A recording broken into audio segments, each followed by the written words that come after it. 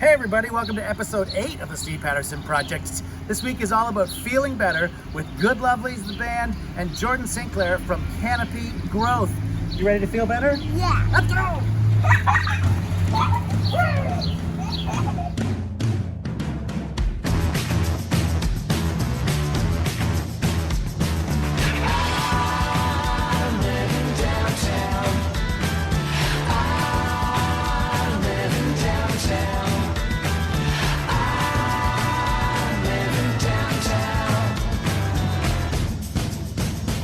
And it's killing me. Welcome back to the Steve Patterson Projecttt, episode 8. And a special thanks to everyone who watched my Greatest Bits Volume 1 show on Side Door Access last week. The rest of you, as you know, are dead to me.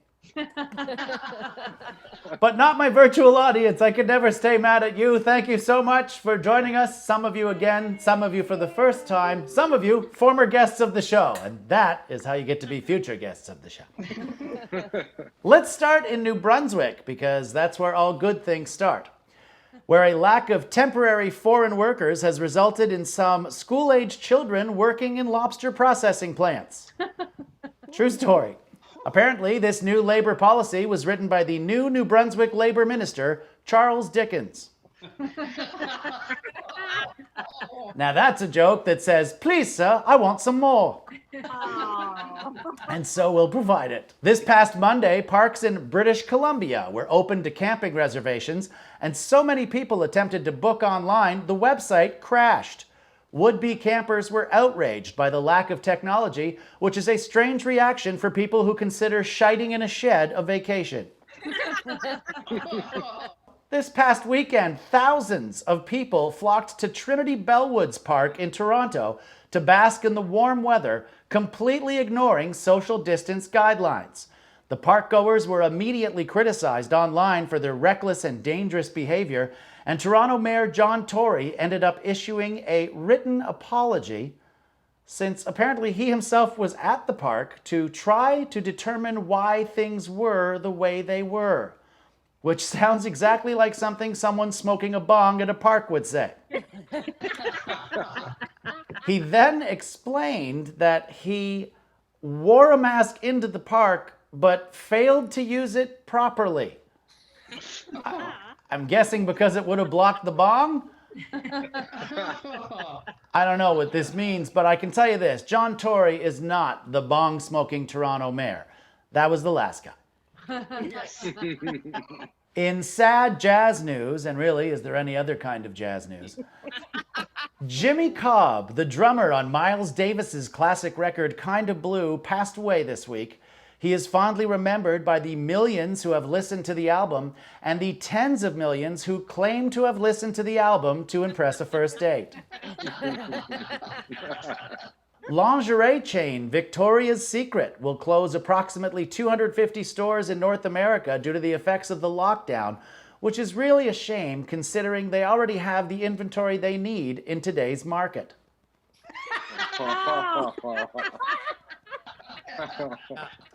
Yeah, it is a shame.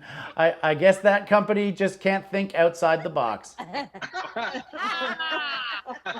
One of my favorites. We got a nod from Nick. That's all that I care. According to Variety.com, a Bolivian orchestra is stranded in a haunted German castle surrounded by wolves right now. And no, I did not read the rest of the article because A, it's Variety, and B, this is the greatest headline I've ever seen, and I selfishly hope they're never rescued so I can read the next headline on this story: German castle haunted by Bolivian orchestra ghosts who were eaten by wolves. Can't wait. A group of robbers in Louisa, Virginia wore watermelons as masks during a robbery this week. True story. Oh, robbery. So needless and so seedless. That's exactly what we were hoping for. Speaking about being robbed, Air Canada announced this week that CEO Callan Rovinescu's total compensation will be just $5.8 million this year due to the revenue loss brought by the pandemic. I know you hear a story like this and it makes you angry that they didn't also provide an address to send a condolence card or bouquet to. Yeah. Well, rest assured, we have the Air Canada head office mailing address, and I would encourage everyone to send Mr. Romanescu a nice card to help him through this troubling time. Here's mine, written on leftover Air Canada altitude credits. Dear Mr. Romanescu, I heard the news about your compensation being slashed to just $6 million. I am so sorry that you're going through this. I know it will be difficult not being able to live the lifestyle you were accustomed to, having myself had all of my live shows for the remainder of this year and the foreseeable future canceled, many of which I was going to fly to on Air Canada. Flights which, by the way, were not refunded, but given banked credit for future flights that may now never happen. And it would be selfish of me to not share these lucrative credits. So please find enclosed several Air Canada flight credits. Good to fly you anywhere Air Canada flies, which right now, remember, is nowhere. These are just like money, except they hold no value whatsoever. Unlike your $5.8 million, which I'm sure is the amount Air Canada will try to charge everyone to fly anywhere the second this pandemic is over. Yours truly, Steve Patterson. Okay, well done. And that's the monologue for this week. Thank you again, virtual audience, for not being here. And it's killing me. I can't wait for you to meet this week's guests. We have an incredible band who just make you feel better through their music whenever they play. GoodLovlies, and from Canopy Growth, a product that's been known to make people feel better when it has to. We have Vice President, Senior Communications Officer, Jordan Sinclair. Let's all feel better and take a look now. All right, here we are with GoodLovlies. It's not the GoodLovlies, it's GoodLovlies. An important difference. And it's the perfect name for this band because you're lovely to listen to, lovely to talk to, and you're all lovely. I mean, have you ever looked at yourselves and gone, we figured this out? I mean, why do you think we gave ourselves that name? Yeah, we didn't I really know. give it a lot of thought, you know. We were 25 when we named the band. That was well, no, we have to live with it forever. So let me just ask you, and this is the first time we've done an interview, got the whole band, so I won't direct any specific questions at anyone specifically. You can go ahead and talk over each other. That's fine, but I would appreciate it if you did it in harmony. What is it like to have music that makes people feel so good? feels pretty good. Yeah. I'm gonna say, yeah. No, it's nice. It's very humbling. A lot, we get messages about what some of the songs have done and how, maybe they've helped people through this and that, or just the fun that they've had with the music. And yeah, it's very humbling. It's really nice. You guys feel that even when you're playing on stage, which obviously is a challenge right now, but do you feel that the goodwill coming through in the audience? Yeah, I think we also feel it on stage. We talk a lot about like how much of our lives is spent in transit or prepping for a show. Like there's a lot of stress, like a lot of rush, wait. And then the show is like the payoff, right? So we get on stage and we sing together. I don't know. That's how I feel after a show. I just feel like lighter. Same. And I know the audience feels that way too. Obviously, the three of you are great, long-lasting friends. But if you had to market yourselves, pick the bad boy of the band. Who's the bad boy? Who fits that persona? Sue. No. Sue. I am the rule follower of all. Yeah, you might to be one. So you do abide by. I don't know that I'm the bad boy. I like when you get mad though. That's right. You're like, the thing is, Kerri and I might be more on the bad spectrum, but honestly, like when you go bad, you go bad. When you go bad. So Sue loves rules, like she said, but she's the only one of us who's ever dropped an F-bomb on stage. Oh, I like this. Do you remember where it was? Sure do. Where was it? Newfoundland. Newfoundland. We won a Juno. I was excited. She was excited. She got on stage and she was just like so amped. And we had just come from the ceremony and she got on stage and Elizabeth gets on stage and she's just like, we just won a Juno. You guys have maintained an incredible friendship in the midst of this band. And how important do you think long-lasting friendships are in the time that we're living in right now? This would be impossible right now if we weren't friends first. I don't know what I would do, because like we can't sing together in real life. So we're like talking on the phone and crying, and then putting together a video in quarantine, and then I watched that. I'm like, wow, we sang together. They used to do that. Sue, what do you fucking think about all this? Sue's in it for the money. No, it's true. Like it's so important that we put that first and make sure that no matter what's going on, whether we're in a pandemic or in a very weird situation on the road, that gets us through. Sue and I have known each other since we were 8 and 9 years old. So like there's a long friendship before the band started. And I've told many audiences this, but it's very important for me that you know that Sue was 9 while I was 8. We may hear her swear again during this interview, and this is a pretty good time actually to go to. We have a clip of your performance together. So we've been recording these little videos in isolation because the three of us live far apart. We can't be together right now. We've recorded a version of our song I See Gold, and we're calling it our Together Apart series. And this was the first in the series, so we're going to share it with you. Love it.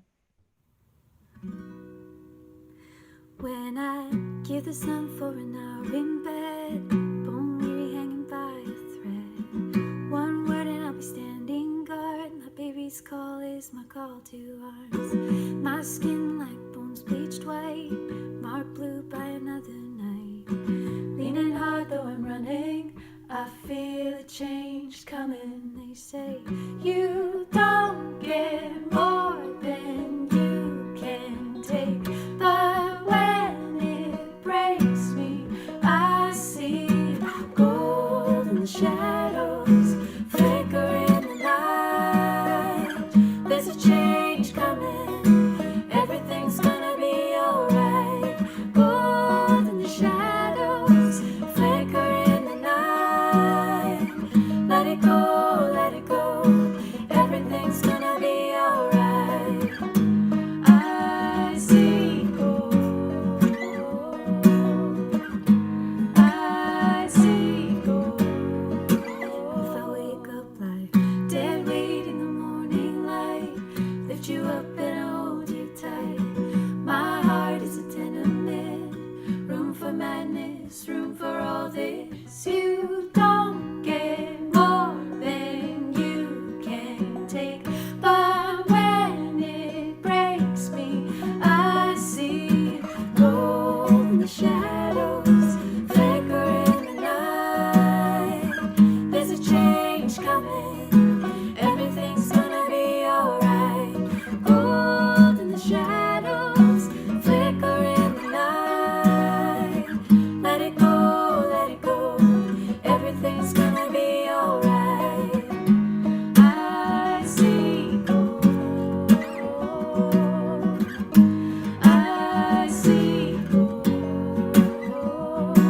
We are the heavy lifters, we are the shapeshifters. We are the heavy lifters, we are the shapeshifters. We are the heavy lifters, we are the shapeshifters. We are the heavy lifters, we are the shapeshifters. Gold in the shadows, flicker in the night. There's a change coming, everything's gonna be alright. Gold in the shadows, flicker in the night.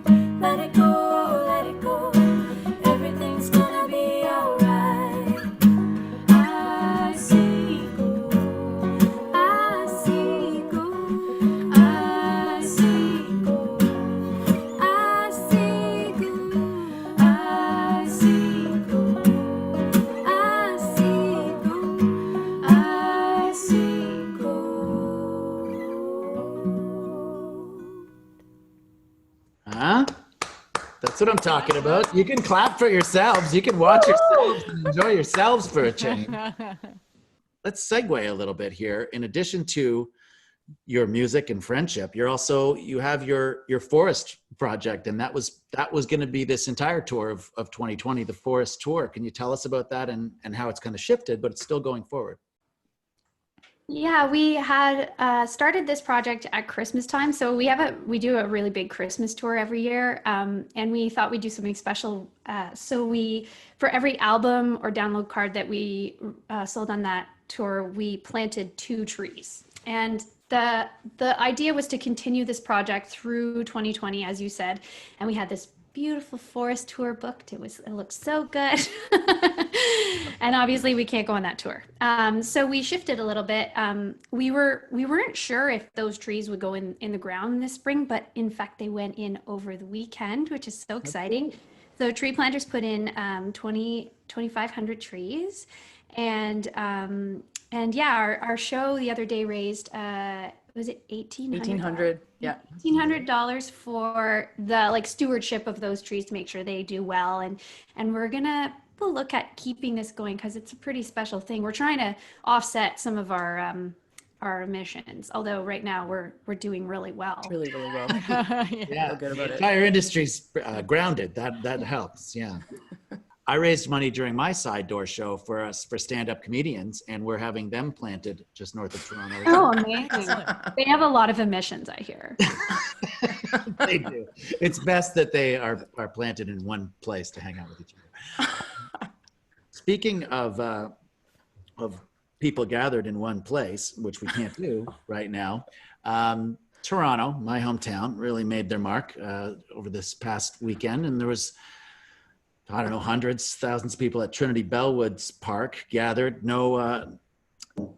seemingly not knowing what's going on in the world. And I thought I might ask you about that. I know you guys want people to get together, but obviously we want it to be responsible. So what do the GoodLovlies have to say about that? Yeah, I have a lot of feelings about it. At first I was like, those idiots, what are they doing? How dare they gather? I can't even see my parents, I got really mad. But then I started thinking about the fact that, I think our government's been trying really hard, but I'm going to say in Ontario, it's not super clear what's allowed and what's not allowed. We're confused. There's a website you can go to, but it doesn't really say exactly what's allowed. I think we all, the 4 of us here, are all deeply affected by COVID in a way that maybe some of those people aren't. We've lost our jobs, at least the traditional form of our jobs. So anytime those things happen, they feel kind of personal because you're like, I want to go back to work. I really want to tour. And the more this kind of thing happens, the more distant that gets. The more exactly. Yeah, I agree with that. So let's switch it. Let's go to our fly on the wall who's been waiting very patiently. He does have a job. Are you there, Jordan? There he is. Yeah, I am here. Thanks. Jordan Sinclair from Canopy Growth. Would that be the right place to say now? It used to be Tweed Inc., but Canopy Growth. You got it. Yeah. And what's your position now, my friend? Vice President of Communications. We've talked a little bit about people feeling good and what they have to do right now to do that. Canopy Growth is not a stranger to helping people feel good. So do you have any questions for the GoodLovlies, having watched the interview? Yeah, well, first of all, beautiful song. I have a question. How can I help with the trees project? Oh, that's a great question. All you have to do is email us. Okay. Well, you can just go to our website. We're going to be putting up information on the forest page in the next little while. And then otherwise just get in touch. And yeah, we have lots of people who are interested in helping out. Canopy Growth and Tweed do some great work. There's something called Tweed Collective, which champions these exact kind of causes, helping to make more greener communities. I don't know if more greener is a term, but would that be something that might fit that way, Jordan? Yeah, 100%. Yeah, I mean, we look for programs that have either a social equity component or an environmental component. So a lot of the stuff that we do has to do with social justice, but some of it has to do with the environment too. We do, tree planting, and we do community gardens and sort of all over the map. But Tweed Collective is a $20 million commitment over the next 5 years to help out in the communities where we operate.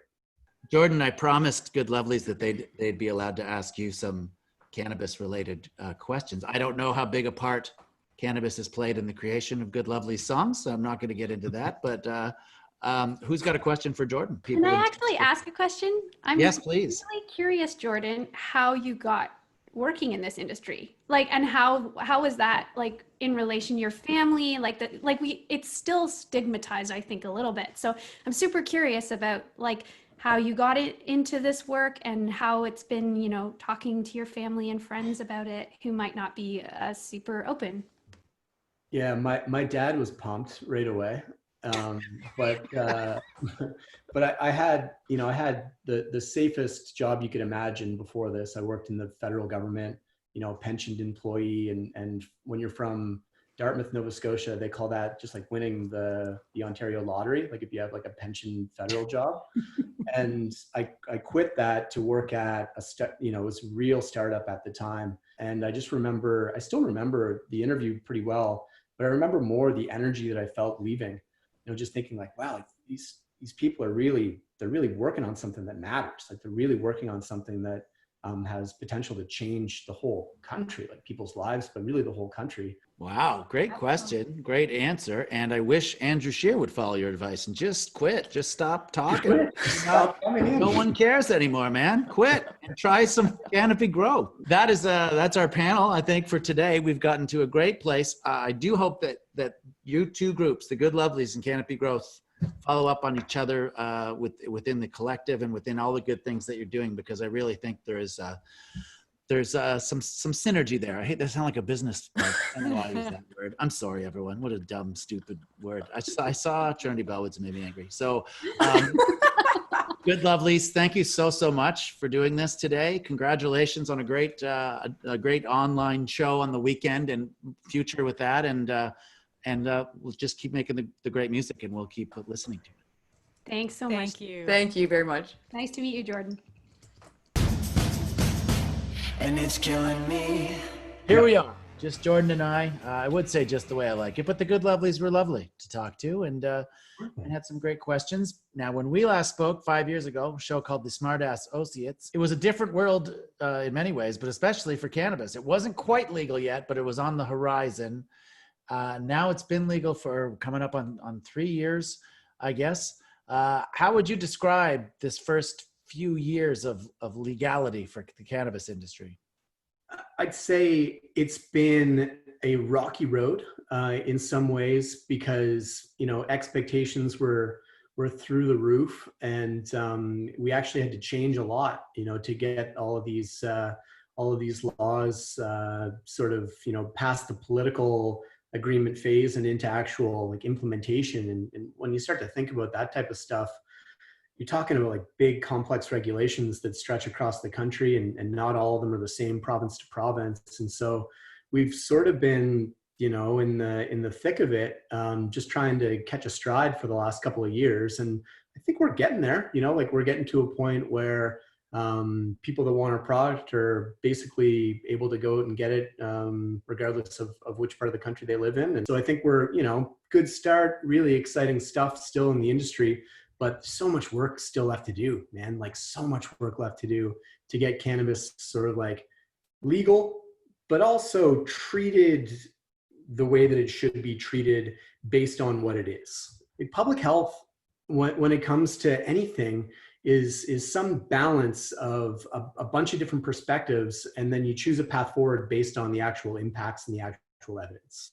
And when you look at, you know, the cannabis drinks that we make and compare them directly to the closest thing that they are to, and that's alcohol, there's so many disconnects between how easy it is to get alcohol and how difficult it is to get, you know, a cannabis drink, which is by every single measure a healthier, less addictive product. You can get it ordered to your door. The town that I live in, the local brewery made me pick up 48 as a minimum to be able to deliver them to my door. And I was like, you know what? I love that. Some sacrifices have to be made, yeah. But then you look at you know, drinks that have weed in them instead of alcohol, and the most you're legally allowed to buy at one time is 5 of them. And so if you're having, you know, post-COVID world, right? You want to have a barbecue, try inviting some of your buddies over and having 5 beers. So is it a low THC concentration or what? You got it. Yeah. So, I mean, it's the same, we're trying to mimic alcohol, right? Okay. So what we're trying to do is get the science to a point where it kicks in really quickly. so that when you take a traditional cannabis edible, usually kicks in 45 minutes later, an hour later. We want it to kick in more like 20 minutes after you consume it. So it's like drink a coffee, get the jolt from that coffee. Drink a beer, catch a little buzz. Same thing. We want to drink the cannabis drink and have essentially like one serving size of cannabis. So same as a glass of wine or a shot of whiskey or a pint of beer, we think that 2 milligrams is just about the sweet spot for a single serving. And so we've basically modeled it like that. If you want to have, one, you might get a little tingle. If you want to have 5, you'll probably change your mood quite a bit. And you can sort of choose what the occasion is, and then consume that many. We don't try to pretend that we're not living in the time we're living in. The demand, from what I can hear on the streets, has gone up since the pandemic began. Could you speak to that a bit? It's almost a validator for everybody in the business that we went from having an illegal substance, and now it's being deemed essential in a pandemic in the matter of a couple of years. And I think that was a huge point of pride for the whole industry, was just that news that, man, like, okay, not only do we get the privilege, we get the nod to be able to still operate, we now have to do this responsibly because everyone's watching. And if we don't act like a mature industry here, we've got something to lose. Who gets to try these things for the first time to know what it's to know what it's like? Is there a cannabis sommelier, and how do I apply for that job, or how does one apply for that job? So you're looking at you're looking at a guinea pig right now. So yeah, we do that like any other consumer good. I don't quite know how I muscled my way into this responsibility, but I quite enjoy it. When we last talked, Snoop Dogg had just come into the game. We talked about Snoop a little bit. Now you got Seth Rogen. Are there other opportunities for being a Canadian company? You must want to have some Canadian celebrities in there. So should I send you my pitch directly for a Steve Patterson spinoff here, or what? How do I get in on the game? You want some Canadian celebrities in on this, right?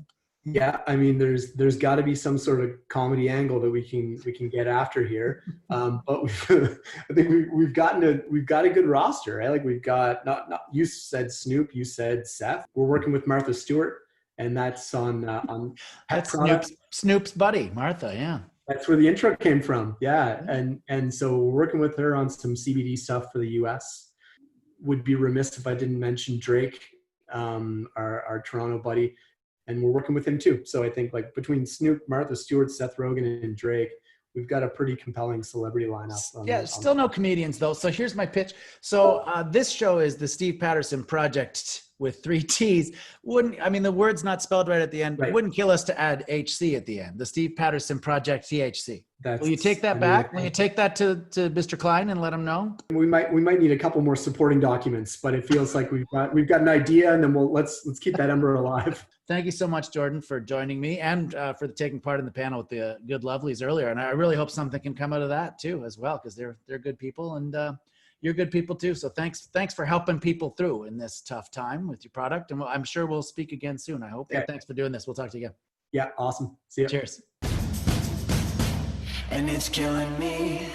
And that's it. Episode 8 is in the books. If I was John Krasinski, this is where I would check out. But I'm not, and we will be back next week. I want to thank our special guests, GoodLovlies and Jordan Sinclair from Canopy Growth, our virtual audience as ever, which we'd love for you to be a part of. And just a reminder that even though you can get out there right now, please be careful. Don't head into a crowded park and make it more crowded than it needs to be. Keep your space, keep safe, and we'll see you next week.